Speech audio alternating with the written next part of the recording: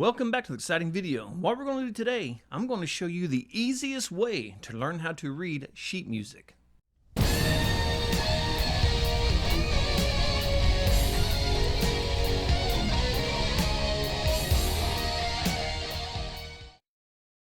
That is right, we're going to talk about the easiest way to learn how to sight read. If you hear a lot of wind moving around, I am sorry, I'm in the south. It is very hot and I have ACs and fans on and everything else up in my room. But when I was taking piano lessons, like I said, I didn't start till I was an adult.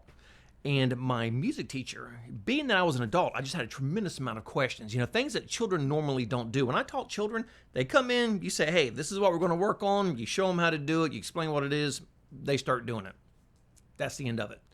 But being an adult, I had a tremendous amount of questions. Why are we doing it this way? Why am I fingering it this way? What makes it like this? Why am I playing an F sharp? Why am I playing a G sharp?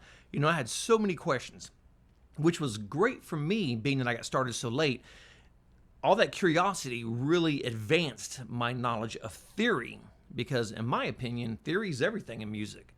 I don't care how good you are. If you don't understand what you're playing, how good are you really? You're just making noise, but you don't know why you're making noise. So I would bring her music, because at that time I was really getting into the Beethoven sonatas. And if you just want to hear something that'll change your life, get the Beethoven piano sonatas, and you will quickly understand why he is Beethoven and you are not. Because I quickly understood why he was Beethoven and I was not, very fast. But I would bring her this music, you know, this, I want to learn this, I want to learn how to play this. And she would just sit down and just start playing it. And after watching her do this for a while, and I'm talking, you know, multiple lessons, I said, stop. What the hell is going on here? And she's like, what do you mean?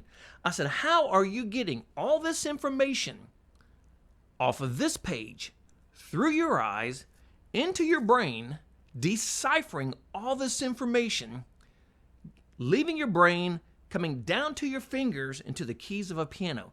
How are you possibly doing it this fast? Because I mean, you got that much time, literally. And she said the simplest thing that just clicked. I mean, the biggest light bulb went off over my head. She said, I'm not reading the music, I'm reading the intervals. And right then, that was my eureka moment on understanding how to read music right there. I was like, holy shit, why did I not think about this? It's so simple. How did I miss it all this time? So what I'm going to do is I'm going to explain to you basically what she explained to me. And this will cut your sight reading time down in half.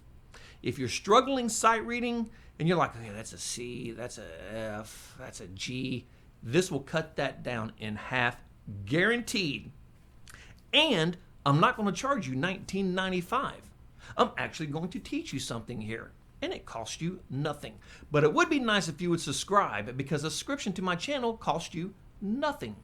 But everything that I do on all these charts I make, all these graphs and chords I make, all this stuff goes on my Patreon page. If you would like to support my channel further, you can go to my Patreon page and join for $1 a month, and you have access to everything that I make. It doesn't matter what it is. If I make it, it's on there for $1 a month. You can't even buy a candy bar for $1 a month anymore. $1 a month. Hell, you can't buy a candy bar for $1 period anymore. But please subscribe to my channel. Please like and share the video. That helps my algorithm. And if you'd like to support me further, please kick over to my Patreon page and jump on there.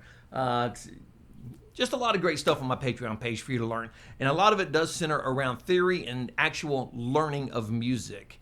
It's not so much, hey, let's learn this solo. Play this note here. Play this note here. Mine's actually learning music. And because to me, theory is learning music. So moving on. So the best way to understand to read music. Now there's certain things you have to know when you're reading music.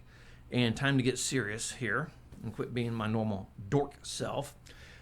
You have to know what the notes are on the clef. There's just no way around it. You can't read music unless you understand what the notes are. So to make this easy, we're going to start at C and we're going to go to C. And you can see on my piano here how everything is breaking down. So if we go to, let's tell you what, I'm going to go E to E, or actually I'm going to go E to F. This covers the entire treble clef. So if we look at the lines, we have lines and we have spaces. Well, no shit. We know we have lines and we have spaces. What are you telling me? Well, that is how you determine what the interval is between the notes. And this, I'm telling you, stay with me. This will make sight reading so much easier for you. This is not like learning how to play guitar with feelings, 7 little feelings. You don't have to learn to read sheet music. You don't have to learn to do anything. You just have to understand the 7 feelings of music. That is the biggest crock of shit I've ever heard in my life. I'm actually going to teach you theory. So here we go. So if you look here at E, and you can see, now I have my piano roll and I have a treble clef up here so you can see everything that's going on. So you see E is on the line where it should be. Well, there's a note on every single line, which is this. And you can see we have a note on every single line. And what these notes are is E, G, B, D, F. Now, a good little acronym for this is Every Good Boy Does Fine. And that's an easy way to remember. And these are the notes on the line. Well, we also have notes off of the line. And those are going to be F, A, C, E, face. These are the ones off of the line. All right. Now, with that little bit of knowledge, you're already on your way to understanding a better way, a faster way, an easier way to read sheet music. Now, these notes you have to learn. And just remember, Every Good Boy Does Fine are notes on the line. F-A-C-E, face, are the notes between the lines. You have to learn that. And once you understand that, the rest of it just kind of falls into place. So, if we take this E here, and then we have the note right here above it, off of the line, you can see the relationship. That is one interval. If we take this note, we move up one interval, that gives us this note. Well, if we move this note up one more interval, that puts it back on the line. Now we're 2 intervals apart. And as you can see, if you look at the piano roll at the bottom, we have an E and a G, and there's one key, an F right between them. So if we take this and we move up to the next space up off of the line, we are now 3 intervals apart. So now we have 2 notes between them. So we have 1 interval, 2 intervals, 3 intervals. And it continues on. If we go back up to the next one on the line, that's going to put us 4 intervals apart. 1, 2, 3, 4. That puts us 4 intervals apart, which gives us our perfect 5th. And then if we add our 3rd back in, all we have to do to know that we're playing the absolute right thing by the music is, you notice we have a note on the line, we have a note way up here on the line, we just add the on the line in the middle, which is 2 intervals above this note or 2 intervals below this note, which gives us this G. That gives us an E minor chord. And if you look, everything's on the line. So we know each note is 2 intervals apart. So that means each note is going to have one note right between them. Now it works the same exact way when we move off of the line. If we go to F major, you can see we're off of the line. We go directly up to the next off of the line note, which is going to be 2 intervals apart. We go directly up to the next off of the line note, which is going to be again 2 intervals apart. So that's going to give us a note between each one of these. So we have our F go up 2, our A go up 2, C. That gives us our F major. And once you understand that and you start thinking about it in those terms, your sight reading ability is going to take off. And I mean absolutely take off. Now let me give you another example here. Now if you look here at this, what you're looking at is a C chord to an F chord, and these are called inversions. And if you notice here, if you look at the relationship of the notes to the lines, this is going to tell us everything we need to know. All we need to know is what that bottom note is. Or if you want to work from top to bottom, what the top note is. Or the center note.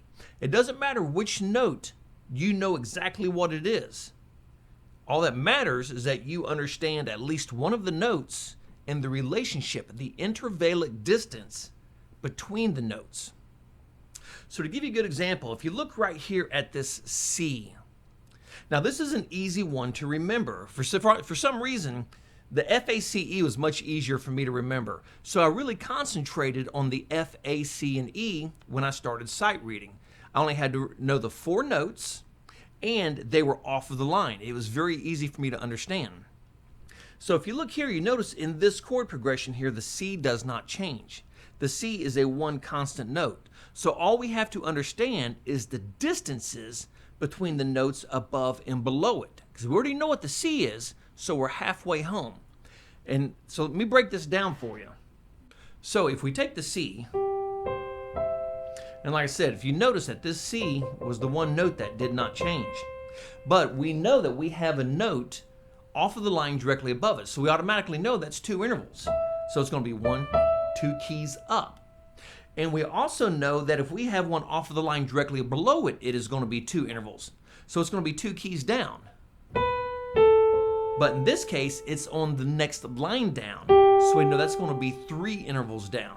So just by looking at that and knowing where that C is, I know where this chord is. Because I know the one above it is 2 intervals up, the one below it is 3 intervals down. Now remember, the C chord does not change, the C note. So our next chord is an F chord. So we know we don't have to move this with our fingering. It stays the same. But all we have to do is look at the intervallic relationship between chord 1 and chord 2. We see that this one here goes from on the line directly above it to on the line, which means the note is going to be directly above the C. 1 interval. So it's going to be directly above it. Off the line, on the line. And then when we look here, we're on the line, but the note that we need is directly above it, off of the line. So we know that that is also 1 interval. So we're moving 1 note, 1 key from here to here. So what we have is this.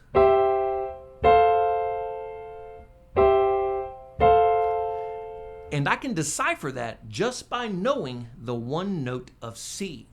That's all I need to know. Now, why did I pick C? Because in this chord, C is the 1 constant. It's the easiest one for me to see because in both those chords side by side, that's the 1 note that doesn't move. So I only got to know the distances of the notes above and below them. And that's literally it. That is the easiest way to read sheet music, is understanding the intervallic distances. So let me show you this last little thing right here, and then I'm going to wrap this up because there's really not much more to it than this. So we have here, and if you look, this is the intervallic distance of 1. On the line, directly above it, off of the line. So it doesn't matter where those 2 notes are. If I have a note here, and I'm off the line, and there's a note directly above it, if I'm on the line and there's a note directly above it, off the line, it has to be the next key up. It has no choice. It has to be that. And you can see I'm playing a B and a C. So if we go to our E, and this is the easiest thing to do. If you can remember this little formula, it's a home run. You're done. You can start working on reading sheet music quickly and accurately. So we know that this is 1. That's 1 key up from our bottom key. The next one on the line, that is 2 keys up. And this is important. The next one is back off of the line. That's going to be 3 keys up. 1, 2, 3. The next one is back on the line. So if you see a note on a line with nothing there, and the next note is on the line, you already know that is your root in your 5th, and you are 1, 2, 3, 4 keys up. It has an intervallic relationship.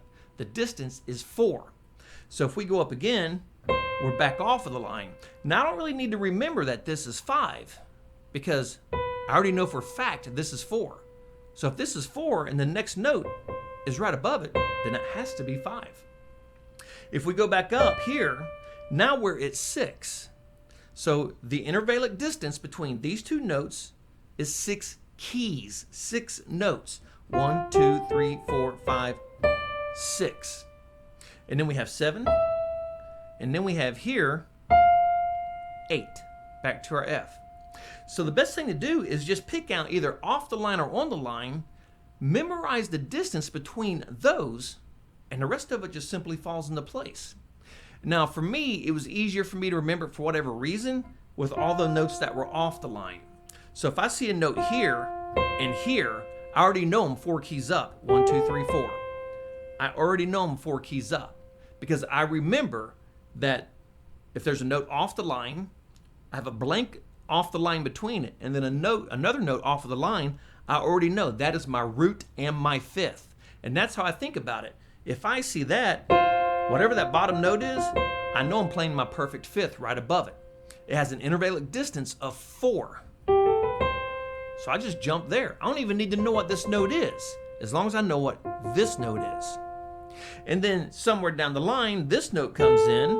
Okay, I'm back off of the line. I know that this note is 2 notes, 2 piano keys above this note, and 2 notes or 2 piano keys below this note.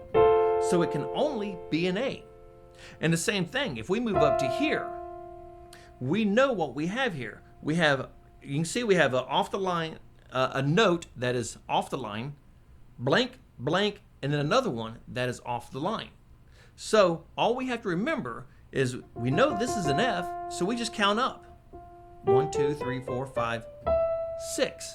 We count up 6 piano keys, 6 notes, and that gives us our next note. I don't even need to know what that note is. If the music looks like this, I already know I'm playing it correctly because I'm playing the actual distance that is telling me to play on the treble clef.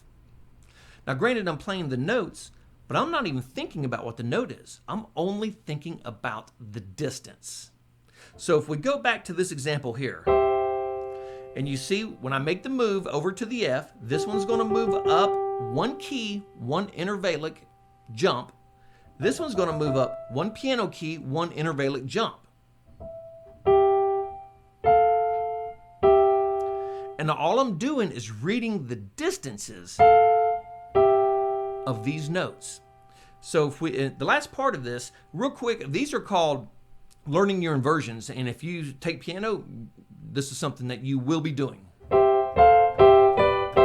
And you do it in all the keys. And it's simply, like I said, it's just reading, it's learning the inversions. So if we got our C, we have our F, we go back to our C, our last one is going to be this. Now what we have here is a G chord. So if we look at the distances from here to here, we know this one is on the line directly below it, so it's only going to be an intervallic distance of 1. This one, the chord is right below it, so it has another intervallic distance of 1. 1 note, 1 piano key. So this turns into this, and all I need to know is what this note is, or one of the notes in there.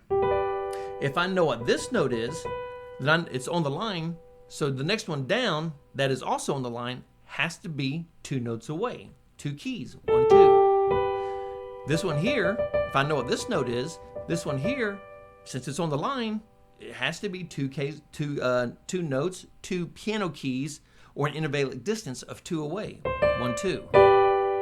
So what I'm doing, when I'm sight reading, I'm only reading distances. I don't care what the chords are. I don't care what the chord names are. All I care about is the distance between note A and note B. That's all I care about is the distance. And once you memorize what some of these distances are, your sight reading takes off. I mean, it literally, your ability will be a factor of 4. And I'm dead serious. Once you understand that, your sight reading ability, it will increase by a factor of 4 because mine did. All of a sudden, I was sitting there looking at music that I was really struggling with, And I mean, all of a sudden, since I've been doing this for a little while now, all of a sudden, I really wasn't struggling that much anymore. Still struggling because I'm learning as an adult. It's not like a child where everything I see is brand new and fresh the first time. So, but my ability, I was actually getting through music that I could not get through before. It may not have been up to tempo, but I didn't care about that. All I cared about was completing the piece. Hell, I'll polish it up later. Right now, I just need to get through it. So that is the secret to learning how to read sheet music faster. Especially if you're an adult, this will help you. The difference will be insane. You'll thank me later, but you can thank me by subscribing or joining my Patreon page. That's the best way to do it. But I'm going to wrap that up right there. If you have any questions or comments, put it down in the question or comment section, whatever the hell it is, the place where YouTube lets you write shit. Now, just so you know, if I do not respond, if it's been a few days and you haven't heard anything, let me know, because sometimes people send me stuff all the time. And I'm like, dude, I never got it, because I answer all questions and comments. I don't even care if you tell me I look like the biggest dickhead you've ever seen in your life. I'm going to say something back to you. Guaranteed. So, if I don't respond, let me know, because sometimes I do not get questions and comments. I also have a lot of people that have subscribed to my channel that tell me that they're getting 0 alerts when I put out a new video. So the only thing I know to do after contacting YouTube is telling you to, click everything off and click everything back on, and hopefully that will work, and then you'll start getting notifications when I put up new videos, because I'm always trying to put up something interesting and something different than what everybody else puts up, which is 9 billion guitar lessons. And I do guitar lessons, I admit I'm guilty, but I try to do other things besides just that. This music is about everything music. It's not just about guitar. It's everything that I know how to do. If you ask me to get on a flugelhorn and play a song, it ain't happening.